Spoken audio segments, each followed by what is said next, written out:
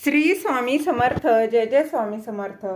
माझ्या स्वामी कृपा चॅनलमध्ये सर्वांना नमस्कार.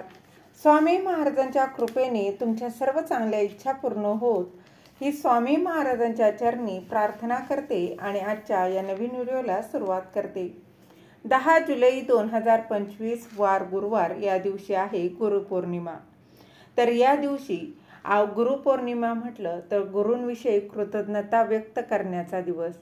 या दिवशी आपण प्रत्येक आईनं आपल्या मुलांवरून एक वस्तू ओवाळून टाकायची आहे. तर ती वस्तू कुठली आहे त्याचीच माहिती या व्हिडिओत तुमच्यासोबत मी शेअर करणार आहे. गुरुपौर्णिमा ही अत्यंत शुभ आणि महत्त्वाची मानली जाते. भारतीय संस्कृतीमध्ये गुरूंना देव समजलं जातं व गुरूंची पूजा केली जाते. म्हणून अशा या गुरूंना वंदन करण्यासाठी गुरुपौर्णिमा या दिवशी गुरूंची पूजा केली जाते आणि गुरुपौर्णिमा या दिवशी अगदी आनंदाने व श्रद्धापूर्वक साजरी केली जाते. अगदी लहानांपासून ते वृद्धांपर्यंत अगदी प्रत्येकजण आपल्या गुरूंची कृतज्ञता व्यक्त करत असतो. आषाढ महिन्यामध्ये येणाऱ्या या पौर्णिमेला गुरुपौर्णिमा किंवा व्यासपौर्णिमा म्हटलं जातं. त्याचबरोबर अनेक लोक या दिवशी माता लक्ष्मी आणि श्रीहरी विष्णूंची अगदी भक्तिभावाने श्रद्धेने पूजा करतात आणि त्याचबरोबर या दिवशी बृहस्पतीची पूजा केल्यास अनेक पुण्याची प्राप्तीही होत असते आणि आपल्या कुंडलिकेतील गुरुग्रह हा मजबूत होतो. यामुळे पैशाच्या समस्या दूर होतात, आर्थिक स्थिती सुधारते, आर्थिक प्रश्न सुटायला मदत होते. त्याचबरोबर जीवनातील खूप कष्ट करत असताना नशिबाची साथ असणंही तितकंच महत्त्वाचं असतं. अर्थात कष्टाला पर्याय नाही. तसेच पौर्णिमा ही तिथी माता लक्ष्मीला देखील समर्पित आहे आणि असं म्हटलं जातं की गुरुपौर्णिमेच्या दिवशी माता लक्ष्मी ही पृथ्वी तलावर जागृत अवस्थेत असते. त्यामुळे तिची उपासना, उपाय, सेवा करणाऱ्याला धनधान्य प्राप्त करून देत असते. त्याचबरोबर या दिवशी जे काही उपाय केले जातात त्या उपायानं माता लक्ष्मीच्या कृपेने आपल्याला निश्चितच फळ देत असतात. तर आजच्या व्हिडिओत मी अत्यंत प्रभावी असा उपाय सांगणार आहे. तर या गुरुपौर्णिमेच्या दिवशी प्रत्येक आईनं आपल्या मुलांवरून एक वस्तू ओवाळून टाकायची आहे. तर मुलगा असो किंवा मुलगी असो तरी देखील प्रत्येक आईनं आपल्या मुलांवरून या गुरुपौर्णिमेच्या दिवशी एक वस्तू ओवाळून टाकायची आहे, जेणेकरून मुलांवरील नजर दोष काही असेल, इडापिडा असेल तर ती दूर होऊन मुलांची प्रगती होईल. ते अभ्यास करतील, ते नोकरी करत असतील तर त्या नोकरीच्या ठिकाणी त्यांची प्रगती होईल, त्यांच्यावरील सर्व विघ्न, संकट, अडचणी नष्ट होईल. हा उपाय जो आहे तो तुम्हाला गुरुपौर्णिमेच्या दिवशी सकाळी 12 वाजण्याच्या आत हा उपाय करायचा आहे.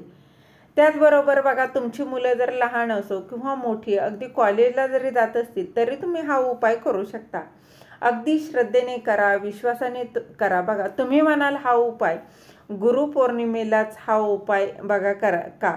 तर आपल्याला हा उपाय आपल्याला का करायचा आहे? तर ज्याप्रमाणे नजरदोष लागतो, कुठला दोष लागत असतात, तसेच मुलांना, मुलींना गुरुदोषसुद्धा लागत असतात आणि गुरुपौर्णिमेच्या दिवशी मुलांचा हा गुरुदोष जो आहे हा दूर करण्यासाठी हा उपाय करायचा आहे.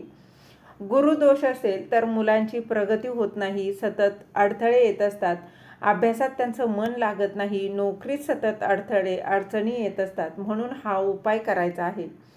मुलांचा गुरुदोष म्हणजेच काय तर शिक्षकांचा तसेच आई वडिलांचाही दोष लागू शकतात. मूल जेव्हा काही चांगल्या काही वाईट गोष्टी करतात ना तेव्हा आई वडिलांचाही दोष लागू शकतो. तर हाच दोष दूर करण्यासाठी गुरुपौर्णिमेच्या दिवशी काय करायचं आहे? सगळ्यात आधी सकाळी थोडा तांदूळ पाण्यात शिजवून घ्यायचा आहे. त्यानंतर मुलांना पाटावर बसवायचं आहे आणि मुलांचं तोंड हे दक्षिण दिशेकडे होणार नाही याची आवर्जून काळजी घ्यायची आहे. त्यानंतर हा जो तांदूळ आहे त्या तांदळात आळणी भात शिजवायचा आहे, म्हणजेच मीठ टाकायचं नाही. आणि त्यानंतर हा भात मुलांवरून गोलाकार म्हणजेच घड्याळाचा काटा ज्याप्रमाणे फिरतो त्याप्रमाणे तुम्हाला हा गोलाकार ओवाळून 3 वेळा हा उतरवायचा आहे. आणि नंतर हा भात एका बघा कागदावर बाल्कनीत किंवा बाहेर गच्चीवर तुम्ही ठेवू शकता किंवा अंगणात ठेवलं तरी चालेल. अशा ठिकाणी ठेवायचं आहे की जेणेकरून ते पक्षी कावळे कुत्रे खातील. व नंतर बघा हे ठेवून दिल्यानंतर तुम्हाला हे करत असताना कोणासोबत बोलायचं नाही. त्याचबरोबर नंतर बघा हात पाय स्वच्छ धुवायचा आहे. नंतर देवासमोर नमस्कार करायचा आहे, प्रार्थना करायची आहे. मुलांवरील सर्व दोष संकट दूर होण्यासाठी अगदी श्रद्धेने हा उपाय करा. बघा अगदी श्रद्धेने विश्वासाने करा. तुमच्या मुलांची प्रगती झाल्याशिवाय राहणार नाही. तुमचे मुलं बघा शिक्षणात काही अडचणी येत असतील, नोकरीत काही अडचणी येत असतील तर या उपायाने नक्कीच दूर होतील आणि गुरूंची कृपा त्यांच्यावर अखंड राहणार आहे. तर हा उपाय तुम्ही गुरुपौर्णिमेला आवर्जून करून बघा.